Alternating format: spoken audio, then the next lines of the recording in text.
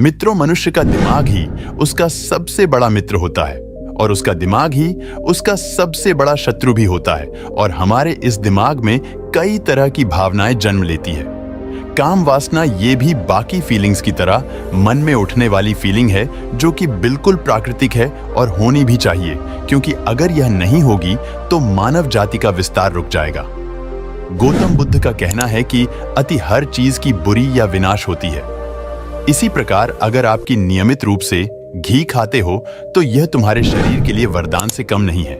अगर तुम ज्यादा ही घी खाते हो तो यह तुम्हारे शरीर के लिए हानिकारक बन जाएगा। और अगर तुम चाय बहुत ही कम पीते हो तो कोई बात नहीं या कोई दिक्कत नहीं। अगर तुम सुबह, शाम, दिन, दोपहर चाय ही चाय पीते हो तो यह चाय तुम्हारे लिए जहर का काम करेगी। इस प्रकार अगर तुम गंदे विचार करना या सेक्सुअल एक्टिविटी करना एक लेवल के लिए ठीक है, लेकिन एक लेवल के बाद यह चीज आपको जितना बर्बाद करती है उतना और कोई नहीं करती। इस मॉडर्न दुनिया में इतना सेक्सुअल कंटेंट देखने के बाद में, सोशल मीडिया पर हॉट लड़कियों को देखने के बाद में सेक्सुअल विचार बहुत ज्यादा बढ़ जाते हैं और कई बार ये विचार इंसान को चैन से बैठने नहीं देते। व्यक्ति ना चाहते हुए भी अपने आप को बार बार हस्तमैथुन करने से रोक नहीं पाता है। और चलो वहां तक भी ठीक है, लेकिन यही काम वासना मानव जाति के लिए एक श्राप बन जाती है। जब हमारे सामने ऐसे रेप के केस सामने आते हैं, इंसान काम वासना में फंस करके इतना पागल हो जाता है कि उसे सही गलत की बुद्धि ही नहीं रहती और वो विनाश की ओर बढ़ता ही जाता है। एक इंसान ना चाहते हुए भी घंटों तक पोर्न देख रहा है। हर लड़की पर वो गलत नजर डाल रहा है। हर जगह उसके माइंड में सिर्फ इसी तरह के गंदे विचार चलते रहते हैं और उसे बार बार परेशान करते हैं। चलो हम इन गंदे विचारों को एक महान बुद्ध कहानी के जरिए रोकने का प्रयास करते हैं। एक बार एक व्यक्ति एक बौद्ध भिक्षु से पूछता है, गुरुदेव, मेरे जीवन से काम वासना और क्रोध जाता क्यों नहीं है? मेरे अंदर से काम वासना खत्म क्यों नहीं होती? मैंने बुद्ध के द्वारा बताए गए सभी उपदेशों का पालन किया है, लेकिन फिर भी मेरे जीवन में बहुत ज्यादा उथल पुथल है, बहुत ज्यादा क्रोध और काम वासना है। ऐसा क्यों महात्मन? वे बौद्ध भिक्षु उस व्यक्ति से पूछते हैं, तुम बुद्ध द्वारा किन सूत्रों का पालन करते हो? वह व्यक्ति उस महात्मा से कहता है, बुद्ध ने कहा है कि काम वासना का होना भी जरूरी है, लेकिन हमें काम वासना में ही डूबे नहीं रहना चाहिए। वे बौद्ध भिक्षु उस व्यक्ति से पूछते हैं, बताओ तुम इस सूत्र से अपने जीवन में किस तरह से अनुसरण करते हो? वह व्यक्ति उन महात्मा से कहता है, महात्मा, मैं स्त्रियों की तरफ आंख उठाकर भी नहीं देखता और ना ही मैं उनके बारे में गंदा सोचता हूं। वह बौद्ध भिक्षु उस व्यक्ति से पूछते हैं, और कौन से सूत्र हैं जिनका तुम अपने जीवन में पालन करते हो?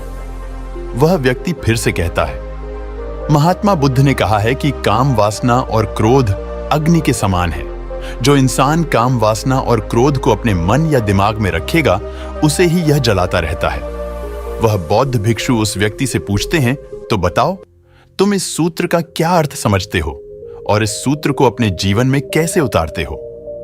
वह व्यक्ति उन महात्मा से कहता है, मैं हमेशा शांत रहने का प्रयास करता हूं, और यदि मुझे मेरे मन में गंदे विचार या काम वासना तथा क्रोध भी आता है तो मैं उसे रोक लेता हूं, दबा लेता हूं।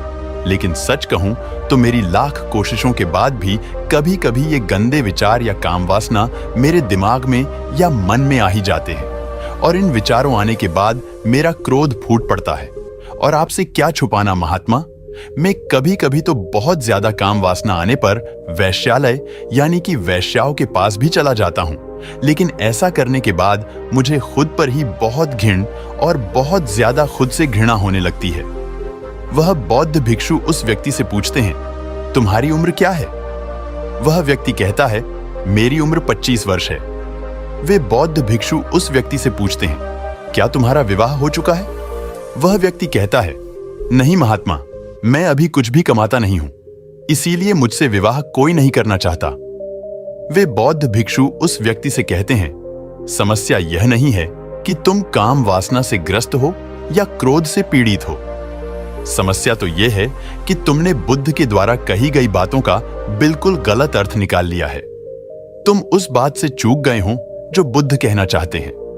जो तुमने बुद्ध से ज्ञान ग्रहण किया है वह ज्ञान अधूरा है और वही तुम्हारे जीवन में जहर का काम कर रहा है। इस उम्र में स्त्रियों के प्रति आकर्षण होना बिल्कुल स्वाभाविक है। इसमें ना तो कुछ अच्छा है और ना ही बुरा। काम वासना का उठना पूरी तरह से प्राकृतिक है। इसका उठना इस पृथ्वी पर जीवन के लिए बिल्कुल आवश्यक है। बुद्ध ने कभी भी काम वासना को बुरा नहीं बताया और ना ही कभी उन्होंने इसे दबाने पर जोर दिया।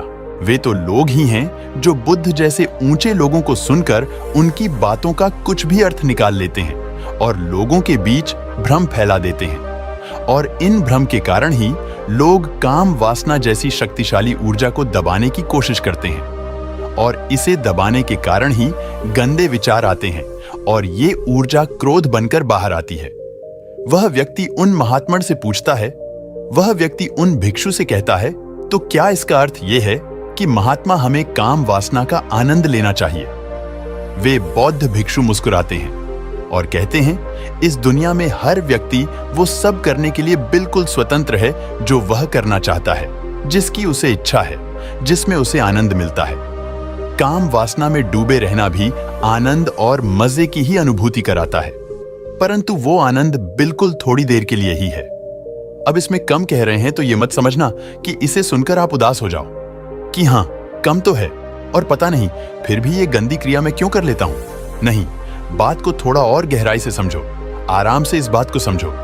इस बात को इसमें बार बार वासना को गलत नहीं कहा जा रहा। ध्यान से समझना, क्योंकि वासना कोई छोटी चीज नहीं है। वो बाकी क्रियाओं की तरह ही मनुष्य के जीवन का एक अहम हिस्सा है तथा जो काम वासना का आनंद है वह कम है, वह हमेशा नहीं रह सकता है। यह तो मनुष्य की सुंदर खोज है, एक ऐसे आनंद के बारे में है जो हमेशा रहे, और मानव चाहता है कि ऐसा आनंद मिले जो हमेशा टिका रहे, क्योंकि वह अंदर से बिल्कुल अधूरा है। इसीलिए व्यक्ति बार बार काम वासना में समाया रहता है। बार बार उसकी बेचैनी ऐसे आनंद की तलाश करती है और आसपास की चीजों में वो आनंद या वासना ढूंढता है। इसीलिए वो बार बार काम वासना में लीन होता है, और जो विलीन होता है वो इसलिए ये सोचकर लीन होता है कि इस बार वह पूर्ण तरीके से संतुष्ट हो जाएगा अंदर से, लेकिन ऐसा नहीं होता।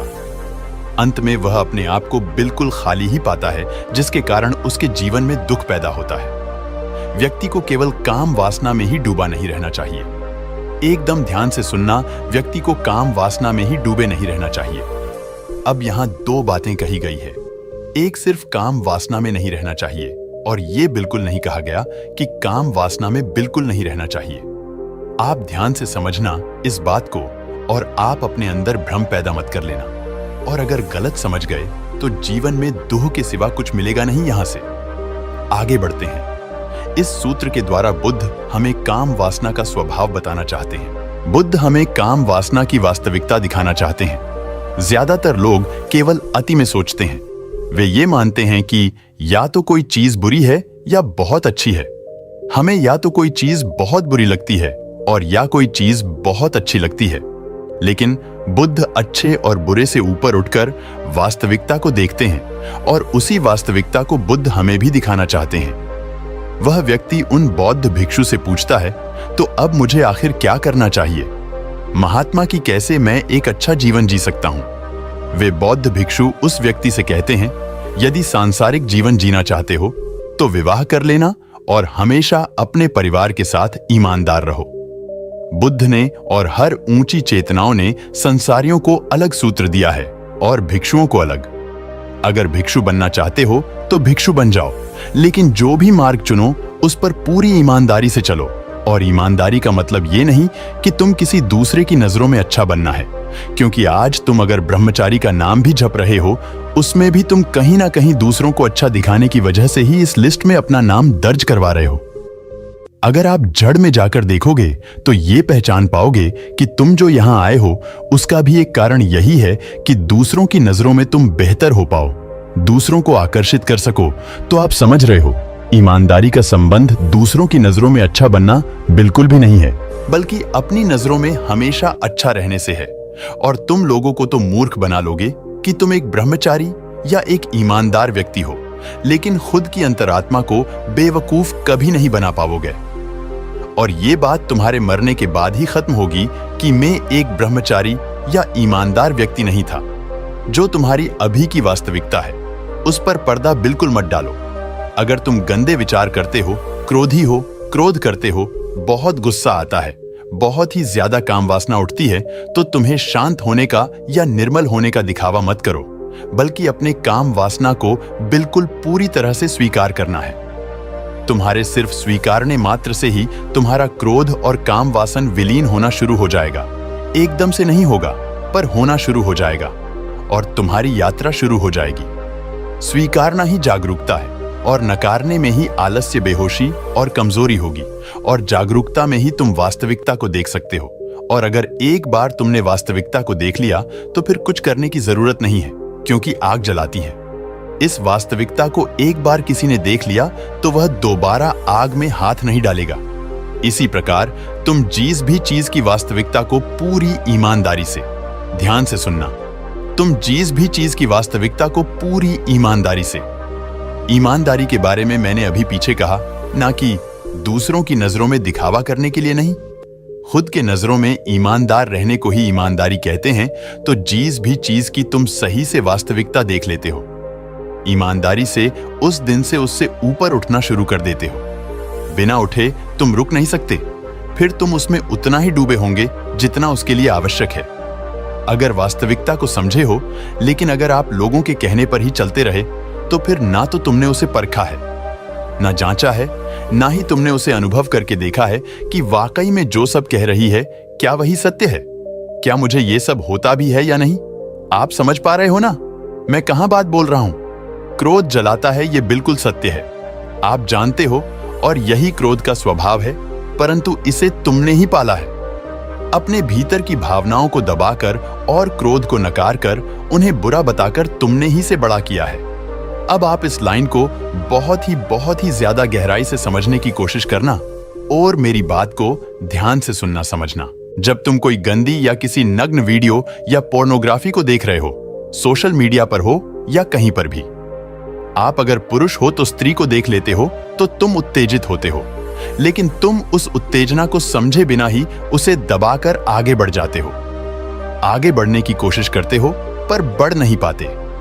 मन वही पीछे रह जाता है और बार बार मन करता है कि उस वीडियो को देख लेना चाहिए, और मन वही अटका रहता है क्योंकि तुम उस उत्तेजना को धीरे धीरे बढ़ाते जाते हो।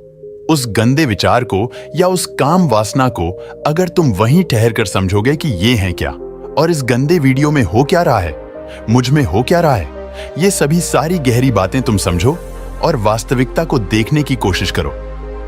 वास्तविकता देखने का ये मतलब नहीं कि तुम वहीं रुक जाओ, पर वास्तविकता का सही मतलब है कि उस चीज में हो क्या रहा है और सोचना कि ये मेरे लिए ठीक है।